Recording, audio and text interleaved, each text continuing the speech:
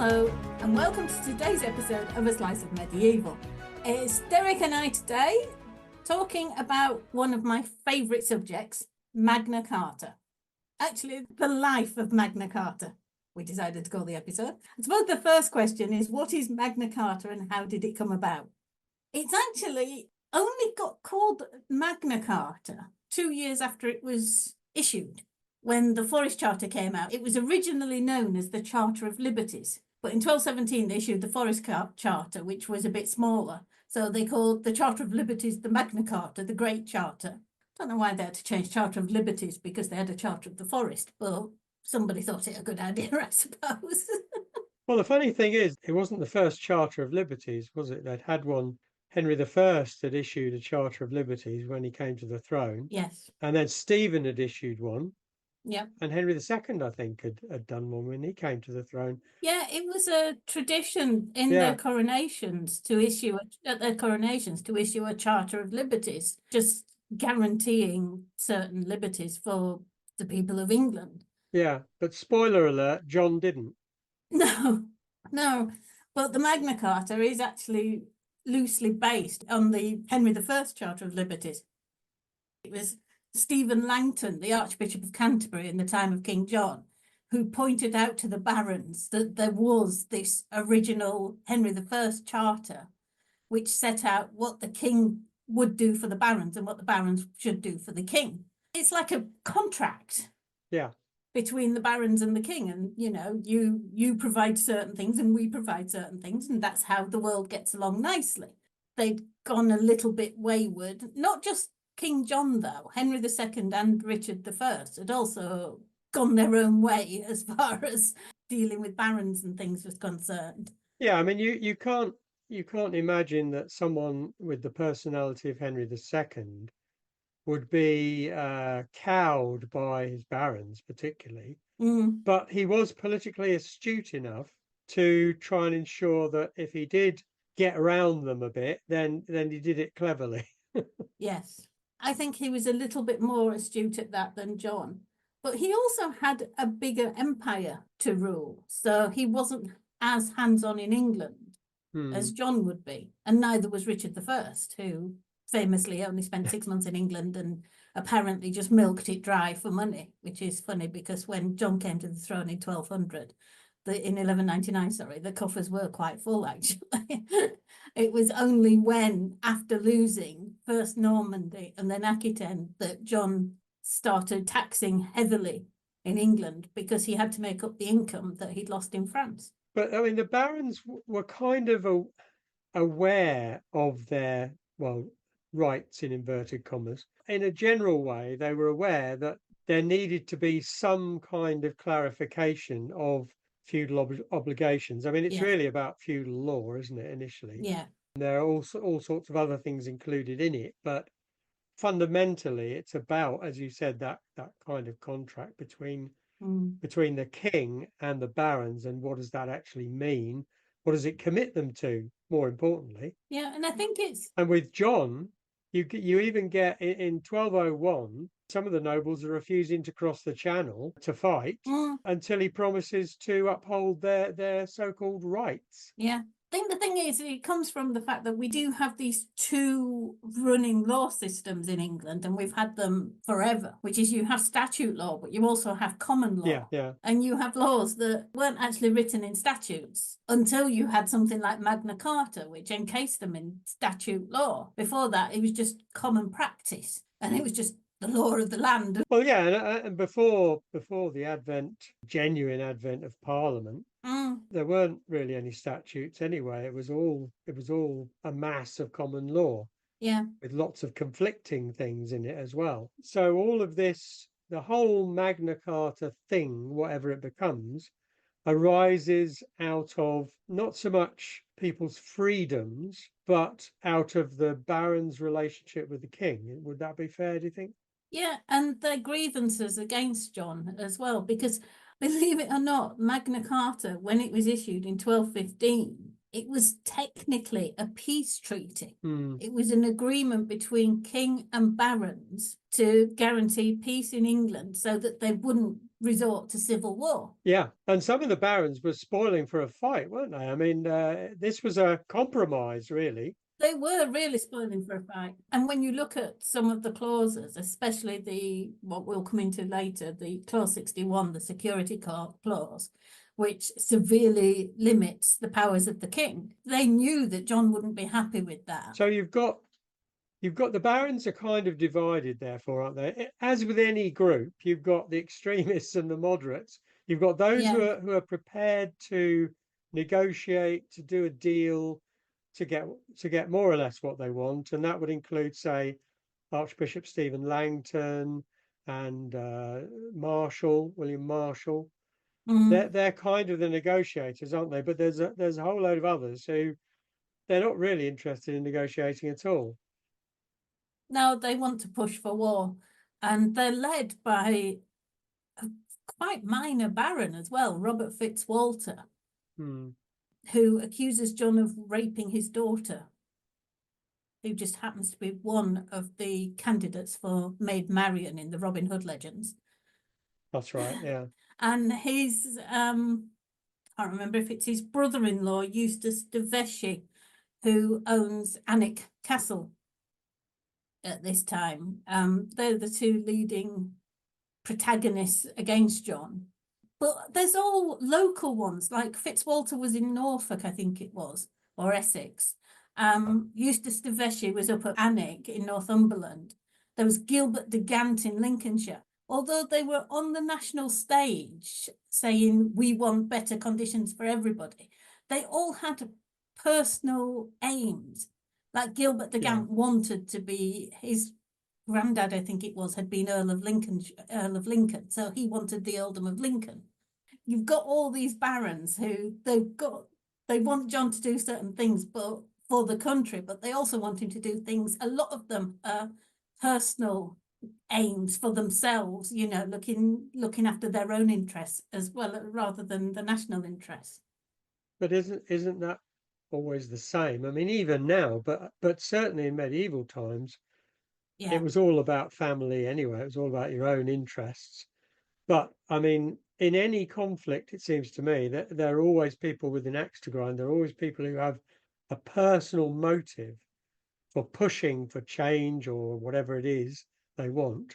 And this is no different. And in some respects, it's even more extreme than usual, because I think you've got an awful lot of barons who are really fighting their own corners. In the case of the extremists, I think the only thing they can agree on, that whatever the question is, John's not the answer. And, you know, they're sort of pretty die-hard opponents. But the majority do come to terms with John. Yes. They put together something called the Articles of the Barons, and that forms a kind of basis for the Magna Carta.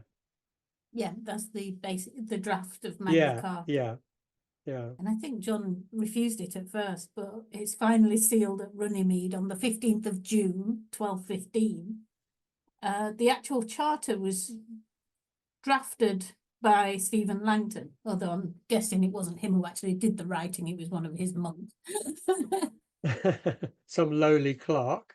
Yes, some lowly monk. More like dictated by Stephen Langton. Yeah. A friend of mine went to Runnymede the other day, and she was quite disappointed there was nothing much there. And I said, well, it's just a bit of land by the river, really. It's not particularly significant. Some of it has been given to the United States. Well, there wasn't much to start with. No, it just gets me that one of the most iconic areas of England, and they gave a parcel of it away to the US. Did they dig it up? No, they've still got it, but it's marked out as this belongs to the United States. Oh, right. Property of the United States government, whatever, yeah.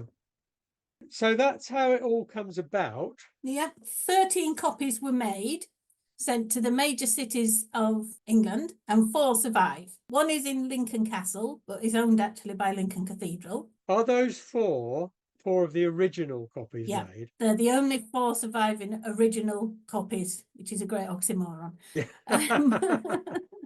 So there's one in Lincoln, there's one at Salisbury Cathedral, Yeah. which is the best preserved, Yeah. because I think that one's got seals on it, whereas the one in Lincoln doesn't have. Yeah, I've seen that one at some point. And there's 2 in the British Library. One that was badly damaged by fire in the 18th century and is deteriorating badly.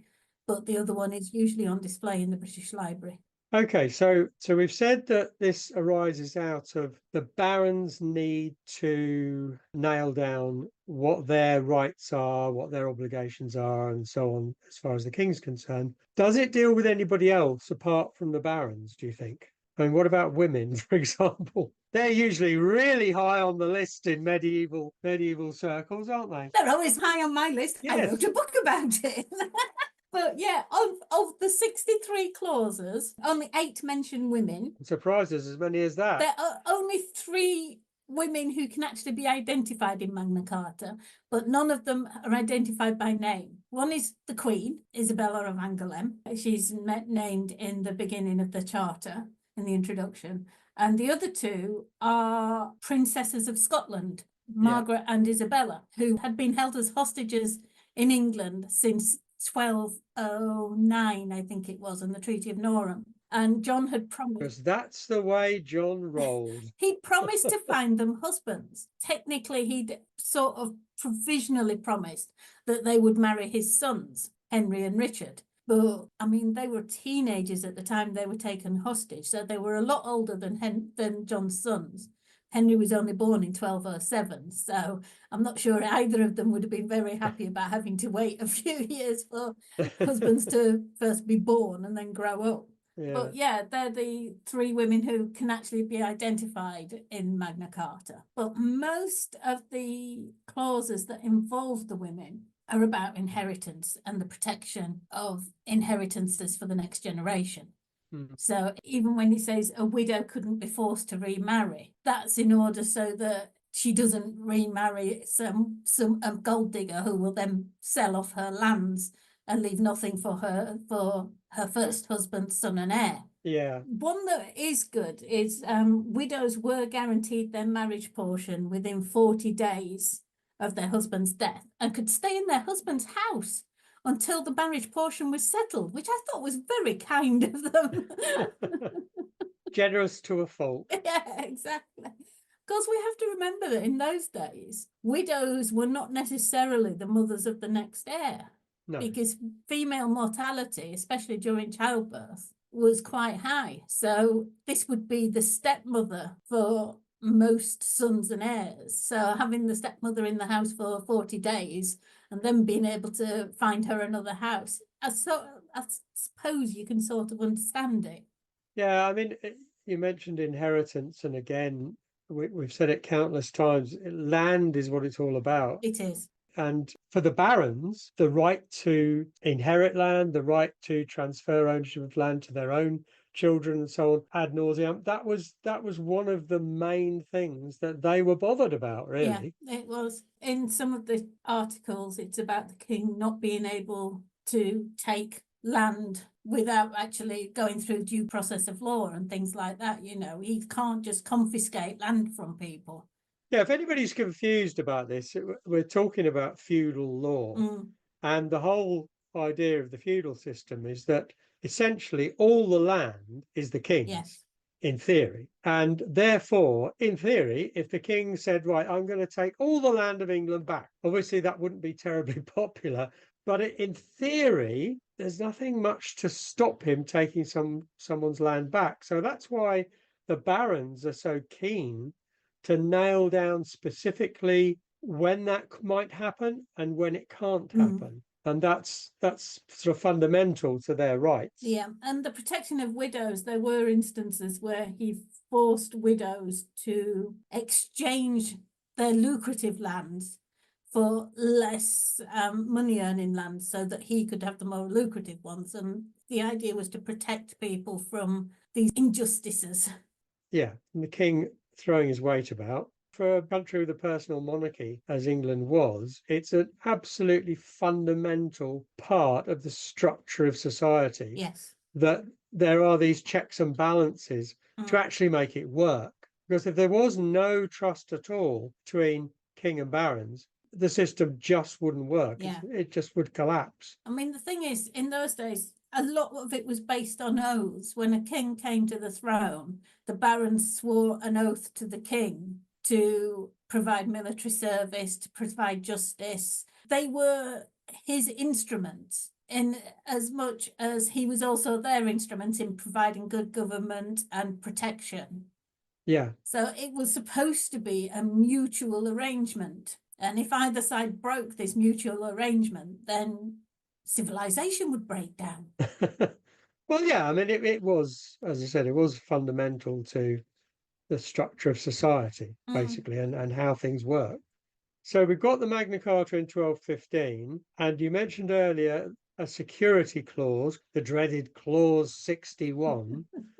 And this is one of the most controversial parts of the Charter because this is something the barons want because they don't trust John, and something John doesn't want because it seriously infringes his independence of action. Is that right? Yeah, I mean, basically, it is, I think it's actually the longest clause in the whole charter as well. It goes on and on and on. But basically, the main bit was the barons shall choose any 25 barons of the realm as they wish, who with all their might are to observe, maintain, and cause to be observed the peace and liberties which we have granted. Basically, these 25 barons are supposed to overlook everything and make sure everything's done right. They're not listed in Magna Carta, the specific 25 barons, but they are, I think they're listed in about 4 other places. So we know who the 25 barons were. And interestingly, they were all rebels. So does that sort of imply that the origins of this clause came from the more extreme members of the baronage? Yeah. And that it was something they inserted. Yeah. In other places, you actually see them called enforcers. You know, they're there to enforce Magna Carta. And there's this rule that if somebody complains or asks the king to do something, he has to do it within 40 days. Otherwise, he's in breach of Magna Carta and he will be called to account. And I think that's the bit that John really didn't like the idea of. Yeah. That he's going to be called to account if he doesn't do something in the time that they specify. Because he is still the king. Well, yeah, anointed by God. So, you know, I mean, that's the whole sort of nub of royal prerogative throughout the Middle Ages and Tudor Stuart times as well into the 17th century, that there's this conflict between the king, who is appointed by God and therefore is likely to get most things right, and the common law, which seeks to control or curb or put some restraints on what the king can do. And it's that conflict which Magna Carta is part of. And I think the thing is, with the Charter of Liberties of Henry I, his coronation charter, that was issued freely by Henry I. So it's an agreement between him and his barons, and everybody's on the same side with this. This was forced upon John. It wasn't something he'd agreed to freely. And I think with some of the clauses, he probably would have agreed to them freely. It's just they took it too far with this clause 61 because it infringed on the royal prerogative. Yeah, I mean, I think it shows that perhaps John wasn't the sharpest tool in the box at times, because there's a suggestion that Henry I only issued or mainly issued the Charter of Liberties in 1100 because there was a rival for the throne. His elder brother Robert, was it? Yes. Elder brother? Yeah. His elder brother Robert was a serious rival, and there were problems.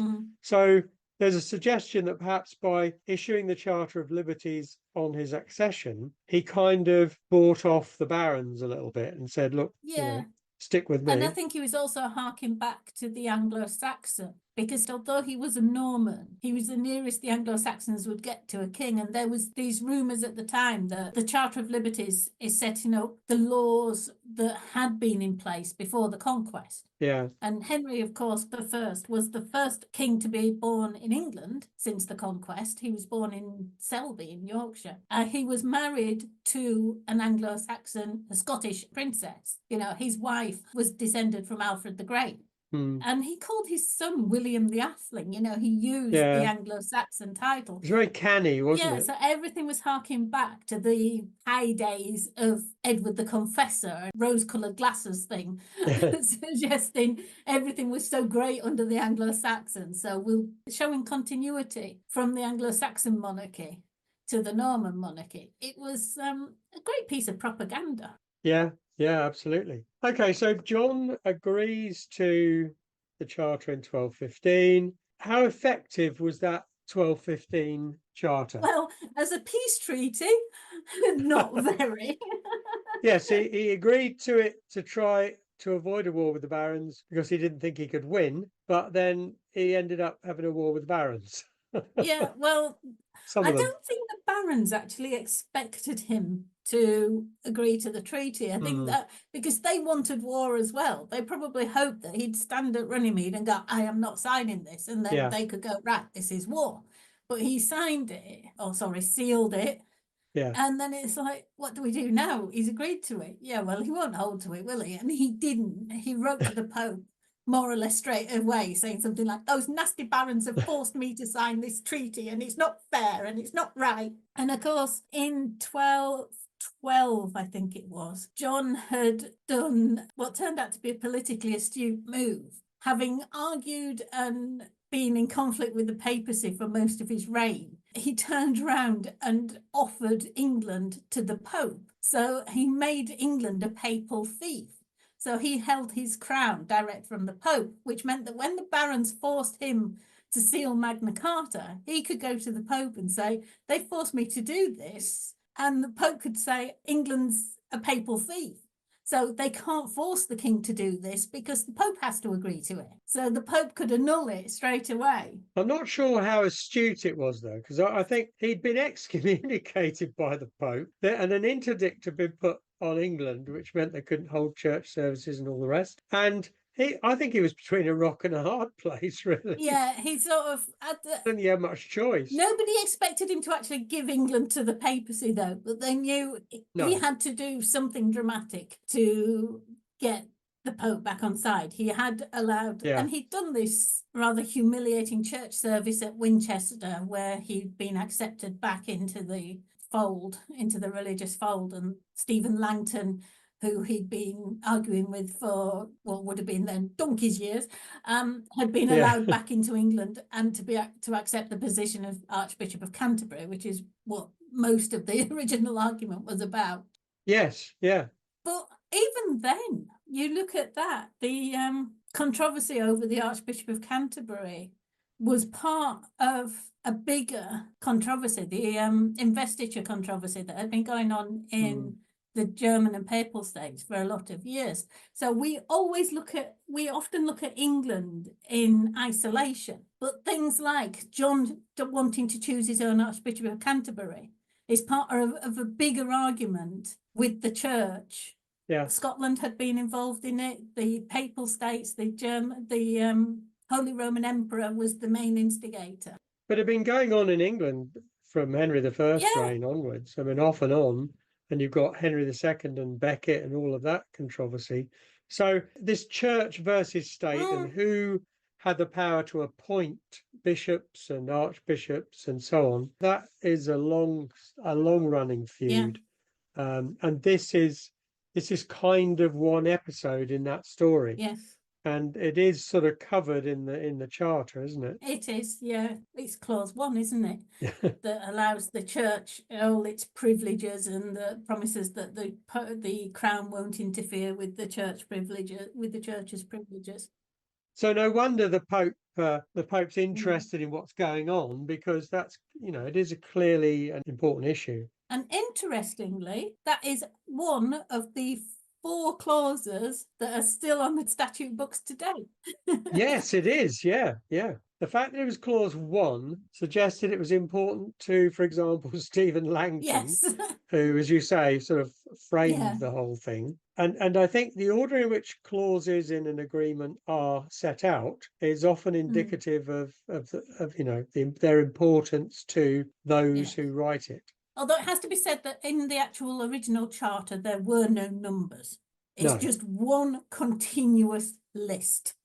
Yeah, shopping list. People later put the numbers in to make it easier to work out which clauses are for which.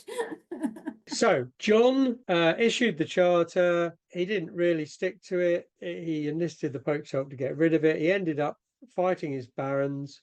But I guess what Magna Carta did do is it kind of split the barons a bit more. Yeah. And maybe people like William Marshall, who sided with John and stayed loyal, and maybe others who might possibly, if forced into a corner, if John had totally rejected the charter to start with, at that point, there may have been rather more of the barons fighting against him, perhaps. Yes, it's often said that the best thing John did for England was die when he did in October 1216, because he left a 9-year-old boy on the throne and one of probably the greatest military advisors in history as his regent, William Marshall. Yeah. And he also had the papal legate Gualabacchieri and Peter de Roche, the Bishop of Winchester.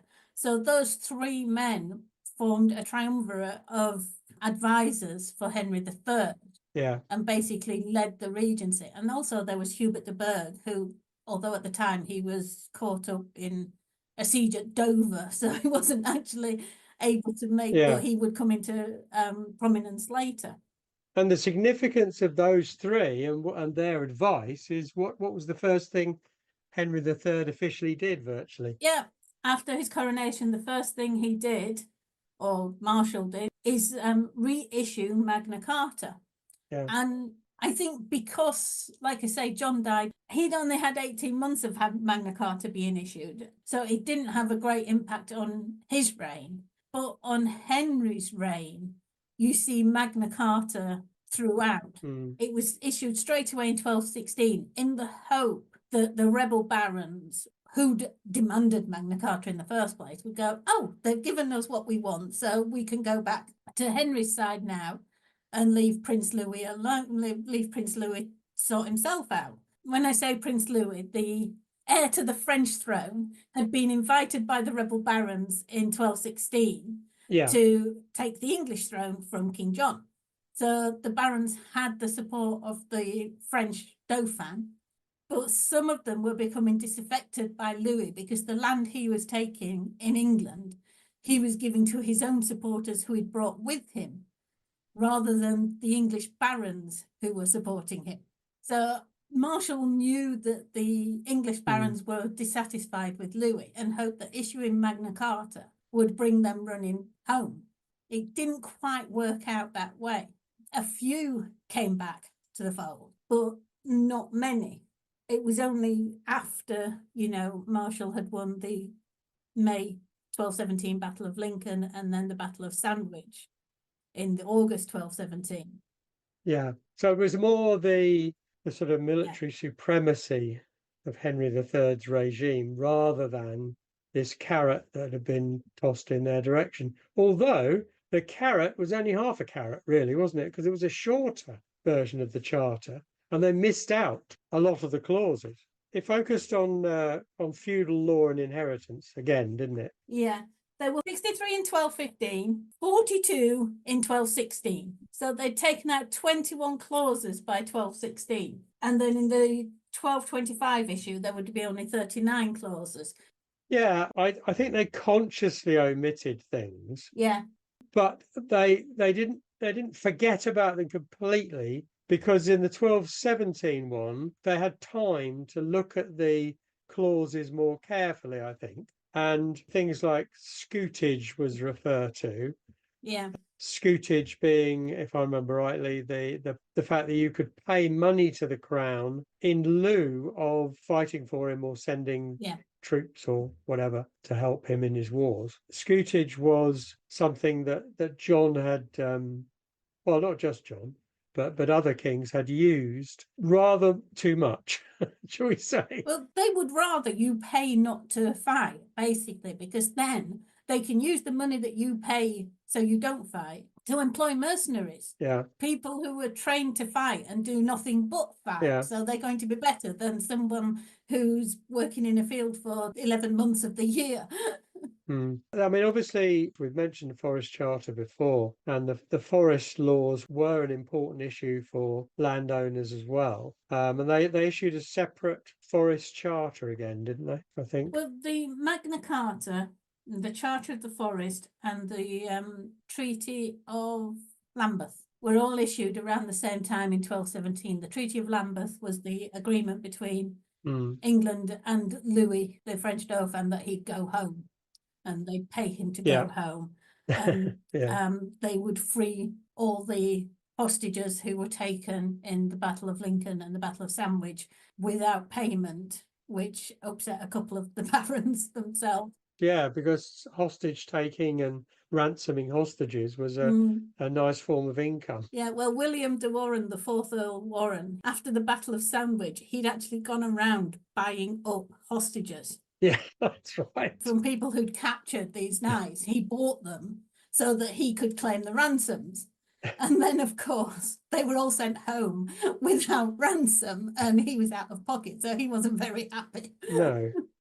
So all of these reissues of the Charter, and there's another one in 1225 you mentioned, which was reissued when Henry III basically came of age, with only minor changes. It was actually a couple of years after Henry came of age. He came of age in 1223. Yeah. And I'd always thought it was Henry came of age and he issued Magna Carta. It wasn't. It was actually reissued when he wanted to go to Gascony. Right. To reclaim some of the Plantagenet lands that had been overrun by the French. Yeah. And he did it in order to raise taxes. There was an agreement between Henry and the barons. He would reissue Magna Carta and they would agree to taxes of £40,000 so that he could go and retake Gascony. Yeah, I mean, that relationship between war and the charters goes right the way through this period, doesn't it, really? It does, yeah. And a lot of it, like it's used again in the time of Simon de Montfort. Yes. Between 1258 and 1265. But the main one after that is Edward I in 1297. Yeah. And that is another one where he's using it to raise taxes and to avert civil war. The barons are a bit mad about the number of taxes they're having to pay. I think the image of Edward I, probably in the man or woman in the street, for that matter, the way we think of Edward I, Hammer of the Scots, etc., is that he was completely in control, very, very strong ruler and so on. But the reissue of the Charter in 1297 tells a slightly different story, doesn't it? And it reminds us that a monarch was always dependent on the support of his barons, whoever he was. And in fact, he'd already imposed a lot of taxation, and the barons kind of pushed back a bit, didn't they? And he was forced, therefore, to reissue the charter. Again, a shorter version. Yeah, and it's that version that actually is on the statute books. Yes, that's the first time it was actually enshrined in common law as well, because it was passed by Parliament. It's part of statute law. Yeah. It's already part of common law, but because it's a statute, it's a kind of double whammy. You could almost argue that you can't argue against Magna Carta because it's both statute law and common law. Yeah, it's everywhere. Yes, it is. But again, lest anyone should be in any doubt at all, this version of the Charter, like the others, is rooted in the barons' discussion of feudal law, their rights and responsibilities, and inheritance. It's always focusing on that. It's got nothing to do with the freedom of the man in the street. No. And like we said, although that is the charter that's in the statute books, it's still only those 4 original clauses, 1, 13, 39 and 40, that are still valid. Everything else has been repealed. Yeah, but I think maybe that actually shows that version of Magna Carta was very much of the Middle Ages, of the political situation that existed Yes. both at the time and in general in a feudal system. And if you no longer have a feudal system, many of the clauses of the Magna Carta are completely meaningless, really. Oh, yeah. I mean, there's really no need now to say that, what was it? The clause that always gets me about women. No one shall be taken or imprisoned upon the appeal of a woman for the death of anyone except her husband. A woman could only bear witness to the death of her husband rather than anybody else. She couldn't accuse anyone of murder unless they'd killed her husband. And that is not law anymore, is it? No, no. Yeah. It's not included. How's that happened? Crikey, country's gone soft. It has, hasn't it? She can accuse anyone of murder now. I'm joking. I'm joking. All right, just in case anybody thinks I'm not. Okay. Now, the interesting thing for me about Magna Carta is, to be honest, less rooted in the Middle Ages than what happens to it later on. Mm, And the way in which it kind of got into the psyche of people, particularly in the 17th century yes. and the 18th century, where it became this kind of lightning rod for reform and change, political change, because you've got the eminent lawyer and legislator Sir Edward Coke in the early 17th century using Magna Carta, dredging it up almost, when they're forming what's known as the Petition of Right against Charles I. And so there's a kind of line drawn, there's a piece of string that goes from Magna Carta in the Middle Ages. And we're talking about what, 1300? We're talking about how many hundred years later? 300 years later? 400 years later. Yeah. So ages later, I mean, a very, very long time after Magna Carta was framed. Mm. And we've already said it was very much a document of the feudal period. But they used it as a counter argument to the divine right of kings, which was very prominent in the 17th century. Absolutely. And it's what we said earlier about that conflict, even in medieval times, between the king being anointed by God, and that was accepted by people, that was accepted by everybody. But the discord between that and subjects, powerful subjects like barons, and the church having the ability to qualify what a king anointed by God could and couldn't do. Well, in the 17th century, they'd got a bit further than qualifying what the king could do. They were really trying to nail it down. And in a way, they're doing the same thing as the barons had done in 1215 and after that. They're trying to make it part of the law, what the king could do and what he couldn't do. And obviously Charles I wasn't keen on that because he believed he could do pretty much what he liked. But it's interesting that line with that piece of string, that line was drawn back to a period hundreds of years earlier. I don't know. I don't think the average person, in even relatively intelligent and well-read people in the 17th century, would necessarily have known what Magna Carta said. No. Lawyers would, because they'd have studied it perhaps as part of the law. Yeah. But the average person wouldn't have a clue. I think it was the concept of what Magna Carta was. It was seen as the English constitution. We didn't have a written constitution, so Magna Carta was the closest we got. And it brought the king within the law. They'd always seen it as the thing that brought the king within the law, rather than him standing outside and all laws coming from him. He was now part of the law. So it didn't matter what the clauses were. It was the intention of the charter as they saw it that made it so relevant. That's before the Civil War in the 1620s. But what's interesting is what happens after the Civil War or during it with the group called the Levellers, who were famously not exactly in favour of democracy, but they were certainly politically more advanced than many other groups at the time, and they formed a very, very important part of the parliamentary cause, the parliamentary army. The Levellers were very prominent, but we can find at least two Levellers who disagreed about the importance of Magna Carta. One of the leading Levellers, John Lilburne, used it as, as we said earlier, the thing which guarantees an Englishman's liberties. and used it in that sense in the 1640s. But not all levelers agreed with that. Some levelers, interestingly, kind of saw it as what it was in actual fact, which was a collection of things which basically benefited the rich and wealthy. Yeah. And so you've got that kind of that they're thinking about Magna Carta, but whereas in the 1620s somebody's saying, well, look, this is what we're aiming for. In the 1640s, on the verge of defeating the king or having defeated the king, they are arguing different things about it, and it's being debated more. Let's put it that way. It's not seen entirely as something to be fought for. But of course, famously, it's not just in the English Revolution that Magna Carta played a part. It isn't, no. It's also in the American It Revolution. played a big part in the American Revolution, in the Declaration of Independence, in the Constitution, in the 1791 Bill of Rights. All were inspired by Magna Carta.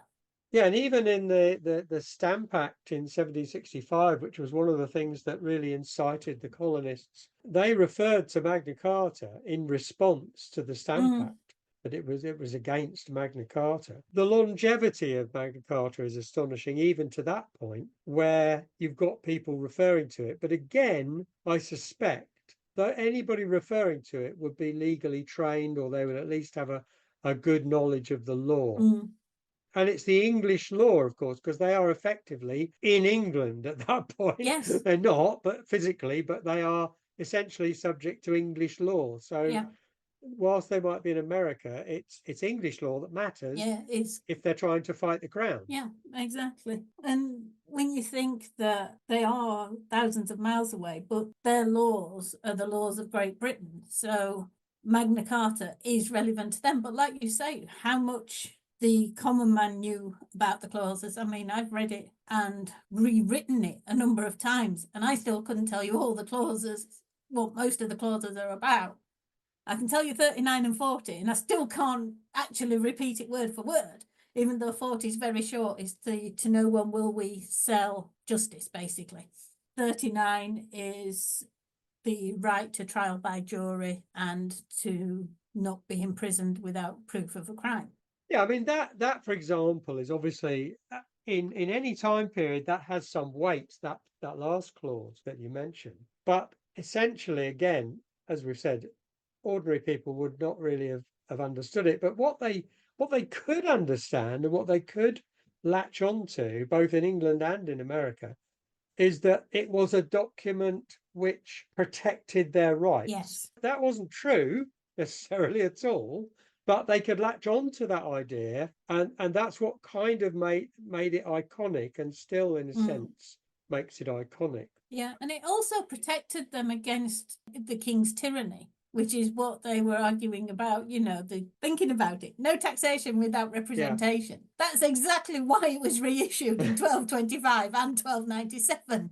Yeah. Oh, yeah, absolutely. But if you told somebody from the 13th century how Magna Carta was being used in the 17th and 18th centuries, I think they'd have been pretty astonished, because it's not what it was about for them.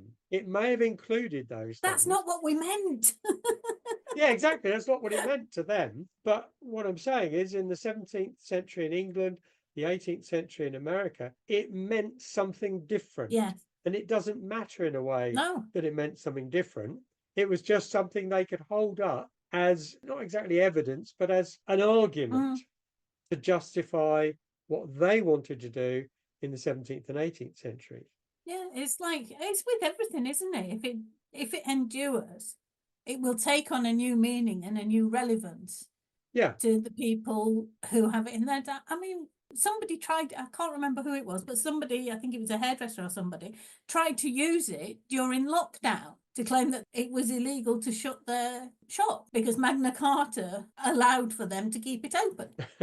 Yeah. Every generation, it will have its own meaning to them. And also, there'll be, if they do read the clauses, there'll be certain clauses that are more relevant to their own lives. What we can say for definite is those clauses in the 1215 Charter were relevant to those people in 1215. Yeah. And as you see it changing in 1216, 1217 and 1225, you can also see what is relevant to Yeah. the people of that time. And again in 1297, Yeah. again in its use later on. You know, it's what was relevant to people at the time. Conflict between the king and Parliament. Yeah. It seemed to them that Magna Carta enshrined that it included that, even though at the time it was anachronistic. And it also inspired the 1948 Declaration of Human Rights by the United Nations and the 1950 European Convention on Human Rights. Yeah. So it actually started the movement on human rights, if you think about it.